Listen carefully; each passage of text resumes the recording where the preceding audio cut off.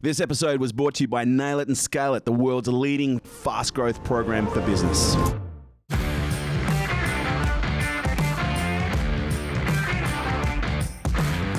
Ladies and gentlemen, it's my great pleasure to welcome to Unstoppable today Sophie Smith, who is the founder and managing director of Running for Premature Babies Foundation. And she founded this group after losing her firstborn triplet sons, Henry, Jasper and Evan, to their premature births at just 21 and 24 weeks. Her story is one of absolute courage and pure honesty and courageousness. Ladies and gentlemen, please welcome to Unstoppable Sophie Smith. Sophie, great to have you here. Hi, Kerwin. Thanks for having me. Now, thank you. And I've got to say, I jumped onto your social channels just before getting on. And I got to say, it's not often I'm affected as much as what I am when I look at people's profiles.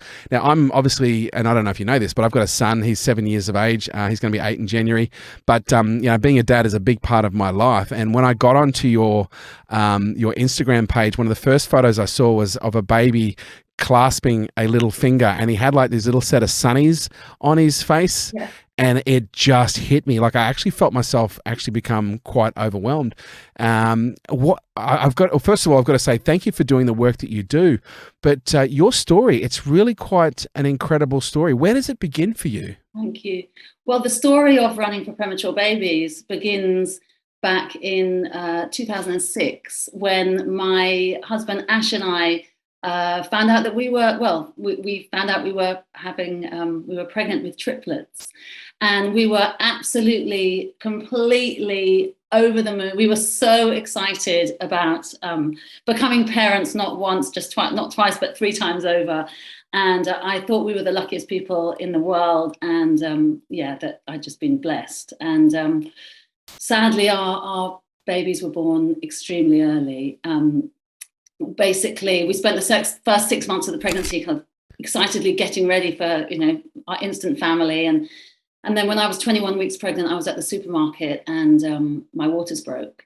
And I took myself to hospital. I didn't actually know at that stage, that my waters had broken because it was sort of off the radar so early in the pregnancy. But I went to hospital where I was told that my waters had broken.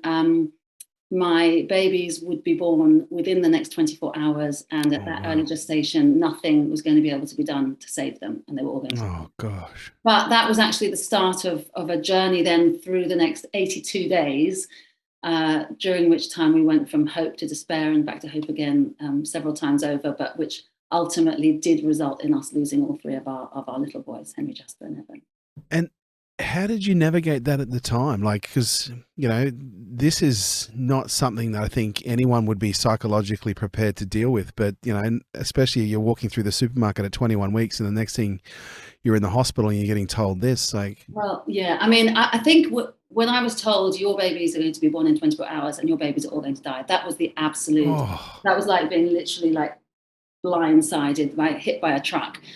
But then that's not actually what happened. So I didn't go straight into labour as was predicted, and right. And we were kept in the hospital and monitored. And actually, it wasn't until 5 days later that my first son Henry was born. Wow.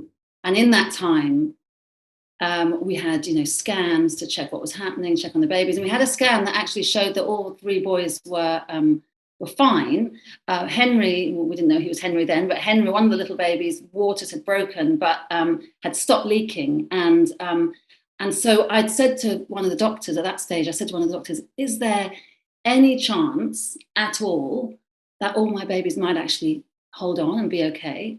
And I remember the doctor looking at me and sort of taking a deep breath and just looking really like grim and saying, there's like a 1% chance. And you know what? I was like, there's a 1% chance. That's 1% better than zero. All my babies were going to die. Now I'm told there's a 1% chance. So I just thought, well, 1%. I mean, there was a less than 1% chance that we would fall pregnant with triplets. So 1% chance. To me, all I could see was this glimmer of hope. But then, that wasn't to be. And 5 days later, I did go into labour, and Henry was born. And we didn't know if Henry was going to be alive at his birth. At 21 weeks is too early for intervention. Henry was born alive, and he lived for 1 hour. And we knew when he was born we knew that his time was short and that we wanted to give him a good life. So we made that hour count. And I tell you what, it was the most beautiful hour when Ash and I were just with Henry. He held his tiny little hand, held onto my finger.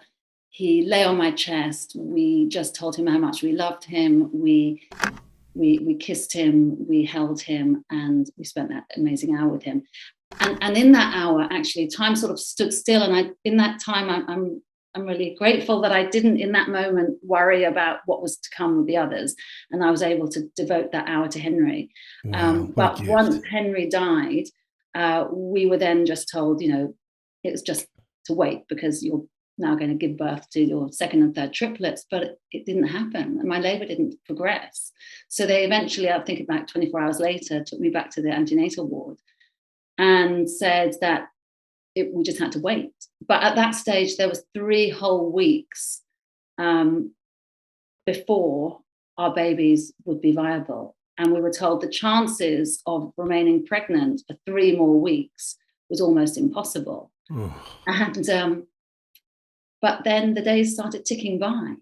And as each day passed, our hopes grew, and we found ourselves getting to 24 weeks. Holy shit. And when we got to 24 weeks, we just could not believe how lucky we were. And at that day, at 24 weeks, we then thought, oh my God, we're in for the long haul. We'll stay in, until as close to 40 weeks as possible for our babies to be born healthy. But on that very day, my waters broke again. But when my waters broke that second time, I knew how lucky I was. One day earlier, and my babies would have been let to die. But today, my babies had a 50% chance of survival. And from my perspective, those were really good odds. Good odds. But then, and there was another curveball thrown our way. And it turned out that day at the hospital, there were no beds available in the intensive care unit. And there was actually a critical shortage of neonatal intensive care beds in the whole of Sydney.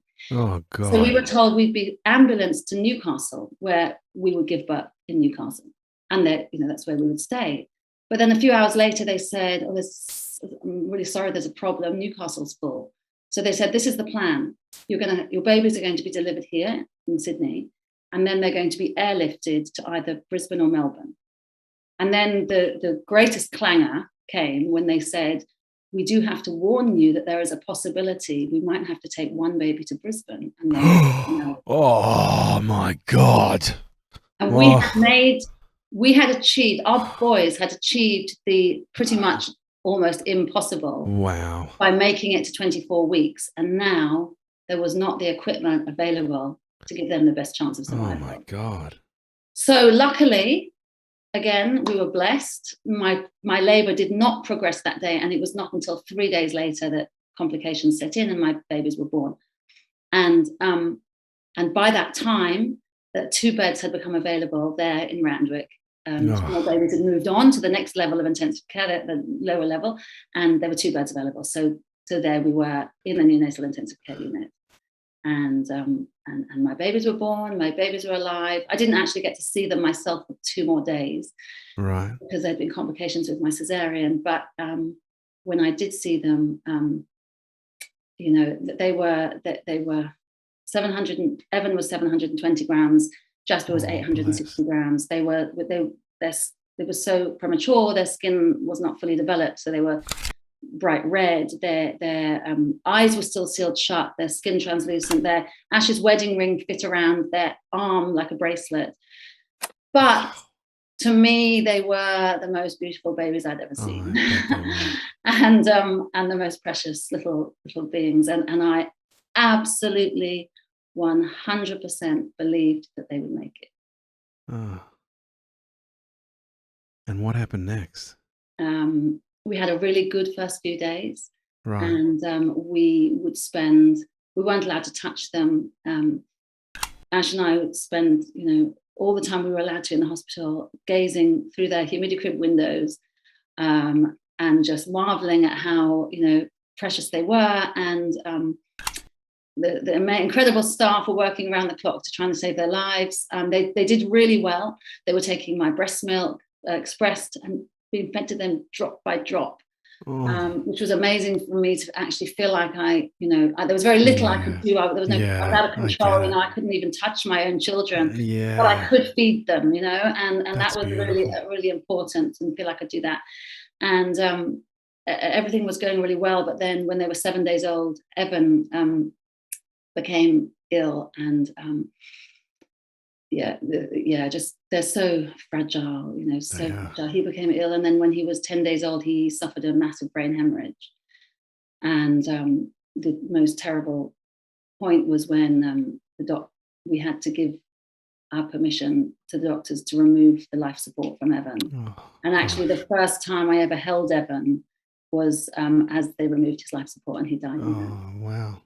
And then Jasper was amazing, and he fought on. He was such a little fighter. Again, after losing Evan, I absolutely believed that Jasper was going to be my survivor. And he amazed his doctors. He had lots of throughout. He lived 58 days, and in that 58 days, he doubled his birth weight. What a warrior! He was such a little warrior. He opened his eyes. He knew our voices. We were able by this stage to put our hands through the windows of the humidity crib and comfort him when he was upset. There were times when his numbers would have crashed, and the doctors and the nurses working away trying to sort of revive him. And then I'd put my hand through the window and just start stroking his head and look at his stats, and his numbers were just. Oh wow! All this medical intervention, but his mum and his dad, Ash as well. And so we did have the 58 days with Jasper were we have some amazing memories of beautiful times that we spent together. There were times I was able to take him out of his humidity crib and hold him, and there was one time when I held him skin to skin, and he just instinctively, even though he was all intubated and fed with tubes and everything, he just latched onto my boob, and that was just such an amazing moment, we had some really beautiful times with Jasper. But then when he was 58 days old, he suffered from chronic lung disease, which is very common for premature babies, and a few times during his life we'd been called into the hospital urgently because in the middle of the night because his lungs kept collapsing, and each time we'd rush in and then somehow Jasper would fight back. But then when he was 58 days old, we were in the hospital, his lungs collapsed, and there was nothing more that could be done for him. Wow. What a journey. I think being a mother is one that is often underrated for most anyone else's normal experiences, but this is a baptism of fire that very few women, if not humans, actually endure.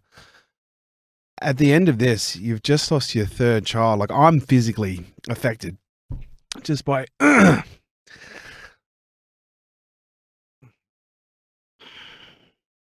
listening to your story, but I'm just curious.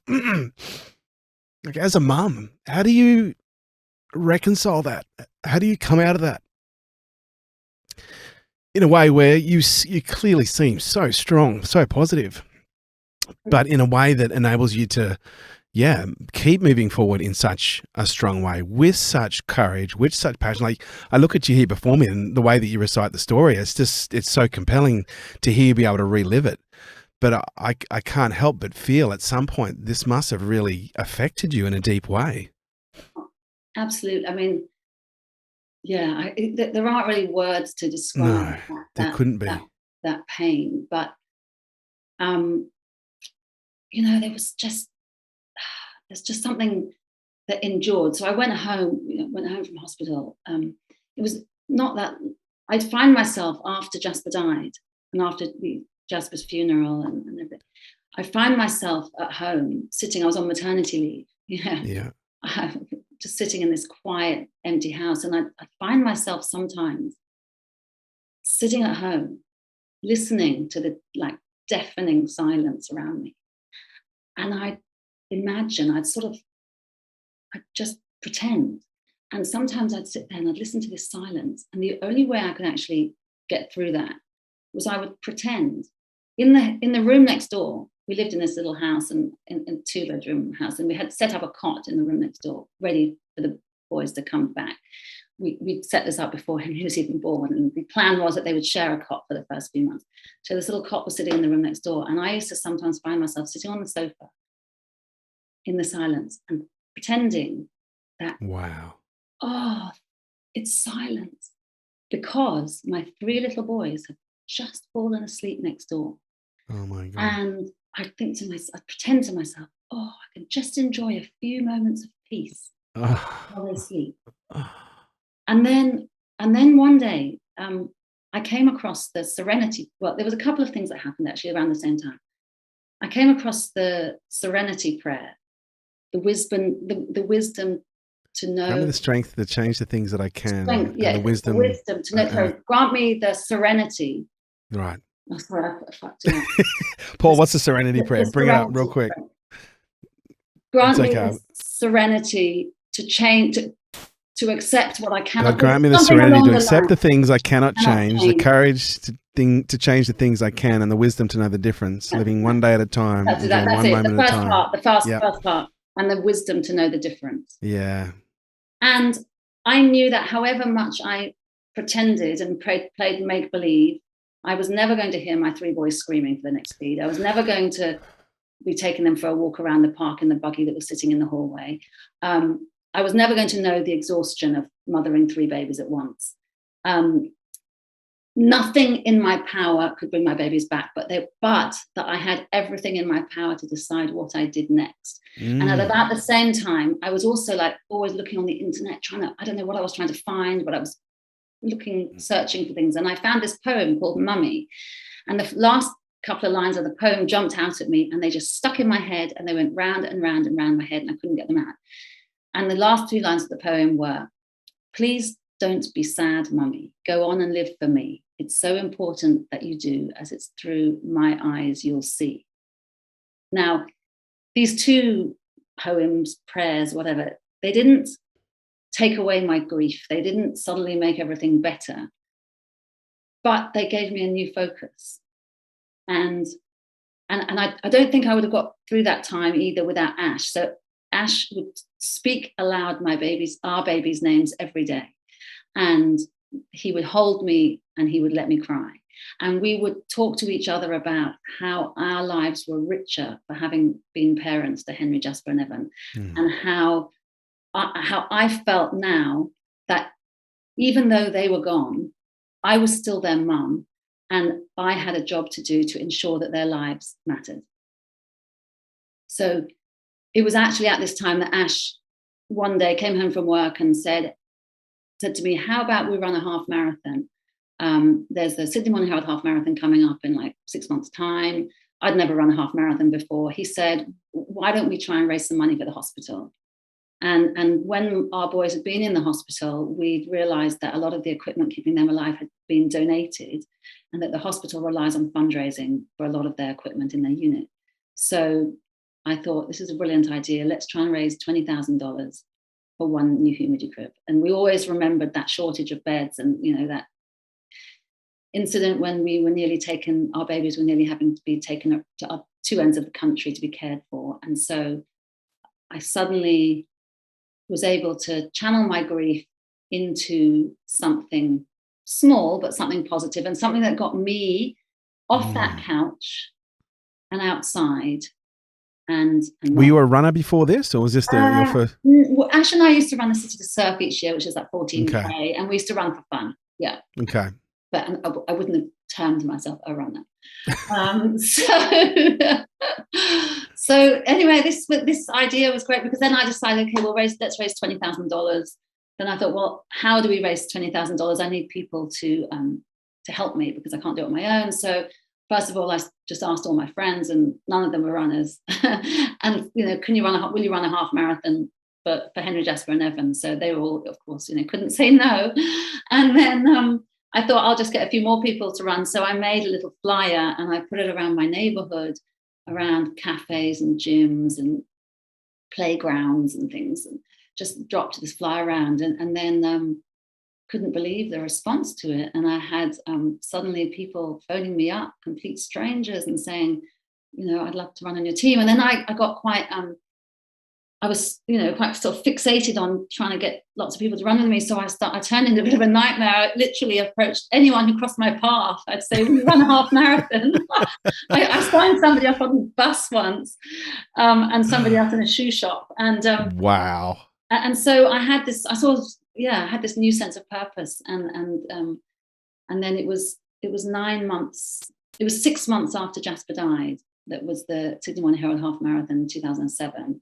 And we ended up with 98 people on the team. Wow. And we raised $80,000, which oh my God, was for the hospital. And you've since raised $4 million to date through the work that you do. So that was the first year. And I think after, when we ran that first race, Ash and I both knew then that this was the start of something. And to me, that's when Running for Premature Babies was really born. I knew that I wanted to do it all over again the next year. The following year, we did it all over again. That second year, I was not running. I was standing on cheering everyone over the finish line because I was 8 months pregnant with our fourth son. And then, it's amazing how things just snowballed. And Running for Premature Babies is now an Australian charity that supports neonatal units all around the country. We've provided over 70 pieces of life-saving equipment. We funded neonatal research to advance the care of premature babies. You've affected 6,000 lives. 6,000 babies have directly benefited from the fundraising that you've done. Right, yeah. How does that feel, considering you've been there, like you've been in that situation? Oh, it's just, it feels so wonderful. On a personal level, I feel like I've been able to bring Henry, Jasper and Evan with me, rather than leave them behind in 2006. What a legacy. I feel like I'm so grateful, actually, because, it's not me. There've been so many amazing people along the way who've enabled this, to become what it is. And in the process, you co-authored a memoir, Sophie's Boys, that was written with yourself and Deborah Fitzgerald. Oh my God, that's incredible. And also you were recognised as a New South Wales local hero in your community, the 2020 Westfield Local Hero for Bondi Junction, the New South Wales Local Hero for National Australia Day Council, the 2018 Coogee Woman of the Year, 2017 Australia Day Community Service Award. You rattle off those things, and I sit here and I talk to you, and I can completely understand why. You're contagious. Like, your story is incredible, but it doesn't end here. Like you just mentioned, the plot twist in your story that you went on, at one of the future marathons to be cheering on the sidelines because you were 8 months pregnant, and you went on to have 2 incredible boys. But your story seems to be one of strength, because I don't. I don't talk about this lightly, because you have been through a lot, not only with the loss of your 3 kids, but in 2016, you also lost Ash to brain cancer. And I can only assume, when you experience, I'm someone who's experienced, a little bit of trauma, a little bit of death. And I've discovered that, oftentimes things prepare me for things, and you don't know it at the time. And we look at a trauma and go, sometimes we see the trauma in isolation, but what we don't realize is it's giving us gifts. It's giving us, insights, and in some cases building a level of resilience and grit to enable us to be able to deal with things that are going to come. So I can only assume, when you found out that Ash had brain cancer, this must have been a significant.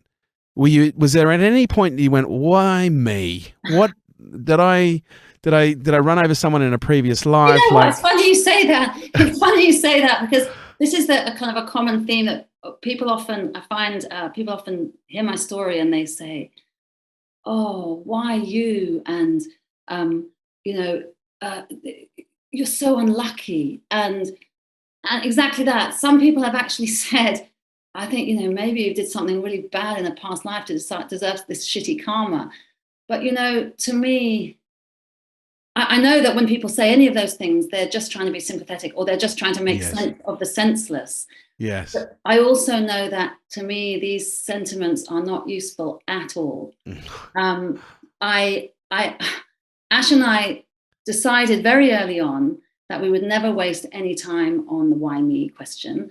It's not a very deep philosophical theory, but I just think that shit happens. And I don't think things are all happening for a reason, but I think it's just that I don't think that life hands out misfortune in sort of equal portions. I believe that adversity is just a part and parcel of being human. I mean, why the hell not me? Or who is not better equipped to go through what you have than you?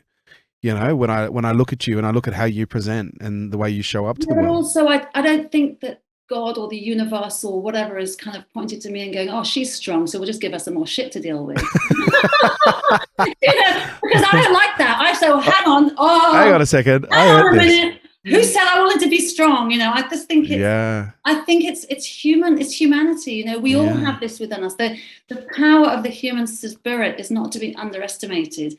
And I just think that, so for me, it's like, I think there's certain things for me that I have found helpful. So I don't find why me helpful. Well, that's a good question, because I think there's a lot of people that might be experiencing, you know, trauma, or they've had an experience and they're experiencing grief right now. I'd be curious to know from your perspective, like on any of the days where you were having a bad day, like did you develop any strategies to better pull yourself out of it? Because you do present so strong, you do present so courageous, you do present someone who's regulated this experience in a really healthy way. And I don't say that half-heartedly, Sophie, I really mean that hand on heart. But I am curious, like, is there something that someone could learn from what you've done that you used in those times that were really dark to, you know, bring yourself back to the light? You know, I think when I sort of reflect on everything that's happened, and I think I have come through, you know, well. And I think, and when I reflect back on it, I think there's a few things. Firstly, I think hope is really important, and I think I'm good at holding on to hope. So, you know, I held out hope for each of my boys until hope was, you know, there was no hope left until they died. But even though my babies died, I've never regretted the hope that I held for them. To this day, I treasure the few cards that we received congratulating us on Evan and Jasper's birth. Oh, wow. I have not very many. We didn't receive very many. And I have them in a pile next to an enormous pile of condolence cards. And those cards of congratulations I love, because to me, they are proof of that hope. Yeah. After Jasper died, gathering my team for Running for Premature Babies became my new hope. And to this day, the charity continues to be my hope. The other thing I think that I've always found really important is gratitude. I read somewhere that higher levels of gratitude reduce levels of depression. And I found, like, when Ash was going through radiotherapy, chemotherapy, following brain surgery, we kept a gratitude journal. And it was just a small thing, but every night before going to bed, we would share with each other 3 things that brought us joy that day. And this, for me, this permission to feel grateful enabled us to kind of refocus each day, even during challenging times, and to enable us to tune into what was good in our lives. And there was so much that was good in our lives, even during that time. I think, you know, people are always telling me I'm so unlucky. Well, not always, but I'm often being told that, oh, that's really so unlucky. But I really don't see it that way. Like, I know how lucky I was to have 58 days with Jasper when I only had 10 days with Evan and 1 hour with Henry. I know how lucky we were to have Ash for 7 more years. When he was diagnosed with brain cancer, Owen, our 4th son, was 6 months old. And Ash was told he had the most aggressive form of brain cancer there was, at GBM grade 4. He was told with surgery and chemo, he was looking at a year to live. He lived for 7. Wow. And in that time, we had another child. Oh my God. We're so lucky that my boys, Owen and Harvey, they know their dad, they remember their dad. And me, I got to experience the deepest of love with Ash. And not everyone is so lucky. So I know that for me, that really helps. You know, it doesn't diminish grief. It doesn't diminish, you know, even when going through like these really hard times, it wasn't like I'm skipping through, I'm all fine. Of course, I've got the agony of the grief, but I also really do that lens of feeling, of understanding that I am lucky. I'm you know, and I think that's really helped me, and it helps me, and I try and show that to my boys now as well. What a great gift. What a great gift. And you're a product of the work, Sophie, you know, and I think, you know, it might sound almost whimsical for me to say that you present the way that you do, but, you know, I think it's really important to understand what you've gone through to get where you are, you know, and the work that you've done enables you to show up the way that you do. So how can people support the charity? Because I know you've created a believer out of me, a follower out of me, and that doesn't happen easily. Like, you can ask Paul, when was the last time you saw me cry like this, Paul? You've clearly gone out there. You have made an incredible difference. And, you know, it's interesting because it was a few years ago I got invited to the Loyal Foundation charity by a good mate and my accountant, Anthony Bell, where they support the Humpty Dumpty Foundation. And I, on a whim, bought a $34,000 piece. It was a humidity neonatal something crib. And I remember at the time being affected to the point where, you know, I don't normally go to charity things and spend a lot of money, but being impacted, you know, because family is something that's very important to me. And I was very lucky. I had my son was born, you know, on time, as they say. But I think there are many other people that aren't as fortunate as myself, that have had the experience that you have and don't always find themselves in a situation to be able to, you know, have access to the help that is required or have the money to access the help. So what you're doing is clearly important work. So how can we support you? What can we do to support you? Thank you. So running for premature babies. So our model for fundraising is that we inspire people to take on running challenges to raise money for our cause. And COVID's, you know, obviously thrown a spanner in everyone's works, but we've pivoted like everybody. So our usually what we do is we enter teams into running events like, you know, half marathons, fun runs around the country, and then we ask people to come and join us and to run with us.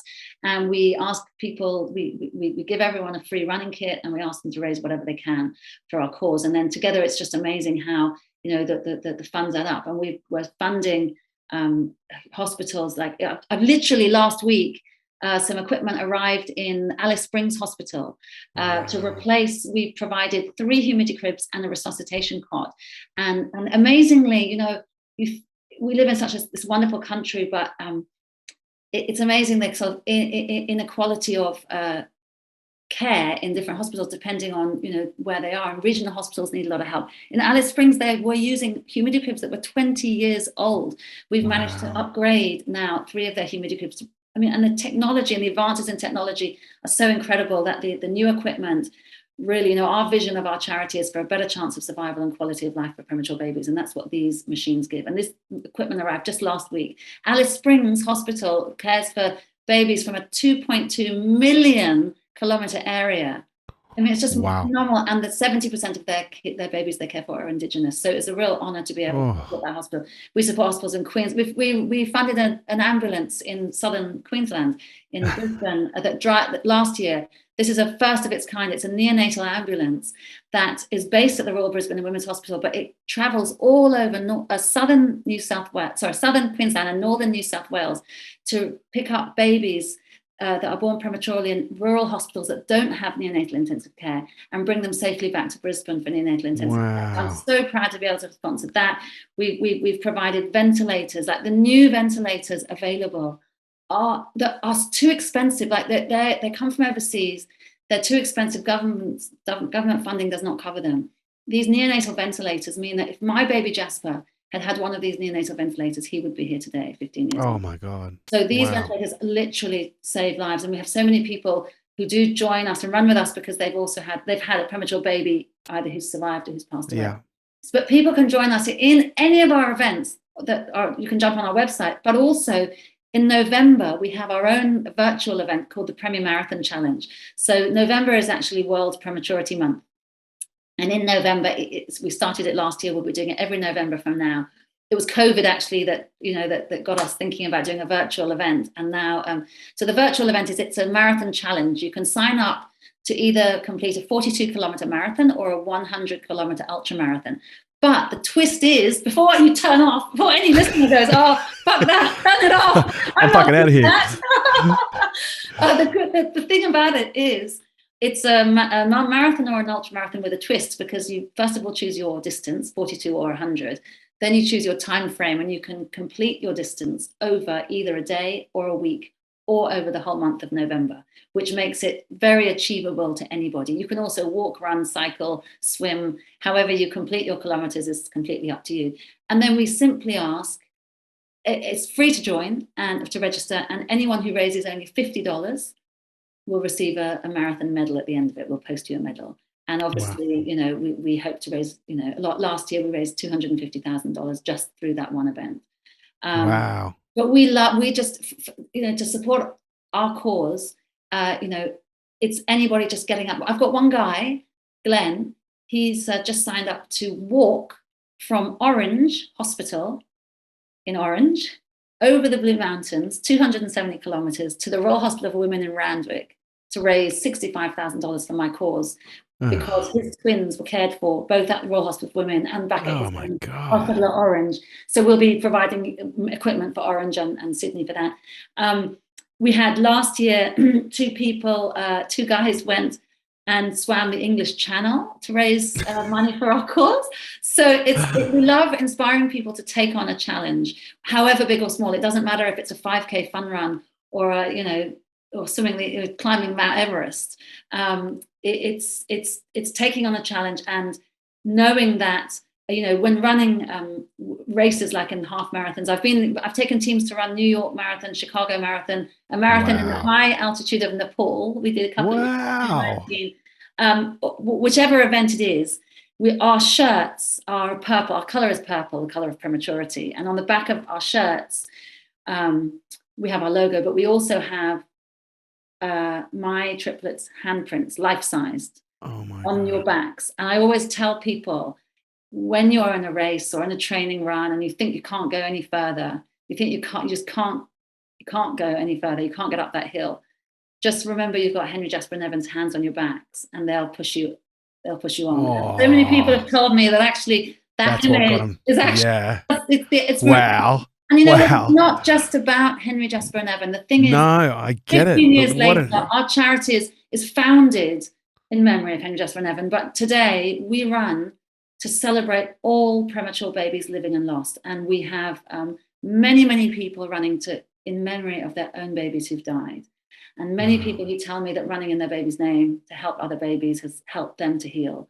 We have many people running to celebrate their children who've survived their prematurity. And we have even many, many more who are simply people who want to take on a challenge to motivate themselves to be better, to be fitter, to be stronger, but to know that that the finish line is so much more than just your time, that the finish line, when you're running for a cause and running for premature babies, the finish line is giving premature babies a better chance of survival. So it's that extra inspiration that helps people. And I could go on and on and on, but there's people. You are an energizer bunny. I've had people who are obese who have joined up and are now ultra runners. Wow. They've been, all you need is a good reason. Yeah, it needs a good reason. All right, so call to arms, call to actions. Bring your challenges. Now, I want to get things moving here, and I'm flat out running around the block, I'll be honest with you, but I do like a challenge.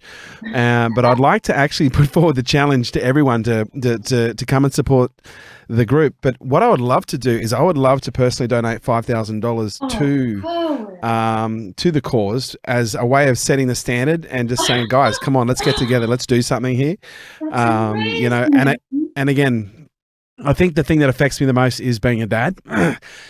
Touch wood, never been in that position myself. But when you're a dad, you kind of put yourself in that position when you hear other stories, I think sometimes. Well, I do. I'm that kind of person. And I feel very blessed and very grateful that I've got a very happy and healthy son. But I also feel very blessed and very grateful that I'm in a position where I can help other people as well. And as family, something that's very close to my heart. As I said, I'd like to lead the way. We'll kick off with a $5,000 donation. I encourage anyone who's listening here to jump on Running for Premature Babies. .com and register a team, get involved in a challenge, do something. But we register a team in the Premier Marathon Challenge. We've got lots of different teams, and that's be such a great way to go. Thank you so much. That's amazing. Absolute pleasure. And as I said, I don't often get this emotional, and I think anyone who's listening to this podcast will be quite surprised that you got the level of emotion out of me. No, actually, no, I don't think people will be surprised, because I am very much a big dad and I'm a big softie at heart. But if there's one thing I'd like to say in closing, Sophie, I'm really impressed with you. Like, I'm very lucky. I get to talk to a whole range of different people, and it'd be very rude if I didn't say I was impressed by everyone. But there are people impress me in different ways, and you are a real shining light, for what you have been through, both with your kids and with Ash, and for the way that you've come out the other side with the level of intent and service and care that you have to support other people. It's just phenomenal. And I think you really should be screamed from the rooftops. I think you are the Australian of the Year in waiting. And I won't be surprised the day that it actually happens, because you've done some incredible stuff. So with that, where can people go if they want to support you? Where can people go to find out more about Sophie and running for premature babies? Thank you. People can follow us on social media. On Instagram, we're running for Prems, Prems. On Facebook, we're running for premature babies, all one word. And our website is runningforprematurebabies.com.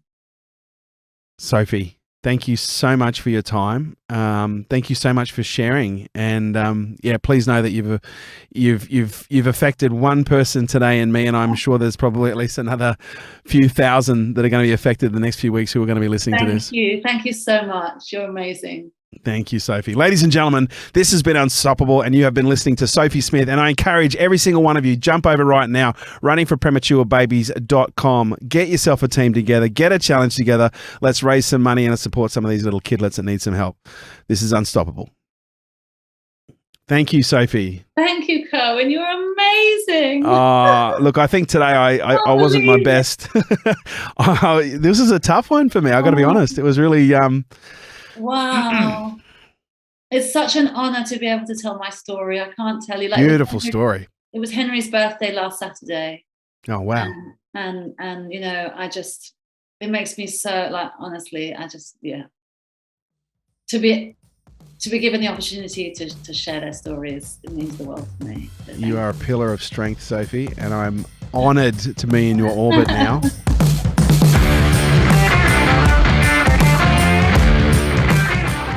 This episode is brought to you by Nail It and Scale It, the world's leading fast growth program for businesses. If you have ever wanted to grow your business faster than what you can right now, if you need to make more revenue, if you need more leads, if you need more clients, if you need to know how to plan your business in a strategic way in order to hit big goals, if you need to learn how to scale your business and grow your team and your business so that you have more freedom, then this program is for you. Imagine 3 days immersed with me where we cover all aspects of business, but we do it from an immersive but also an execution standpoint. We execute every step of the way, and we're looking at 5 key areas. We're looking at your psychology, we're looking at your marketing, your sales, your leadership, and we're looking at your planning and how we integrate these 5 key areas to grow your business and your brand quickly. So if you'd like to find out more information, kerwinray.com.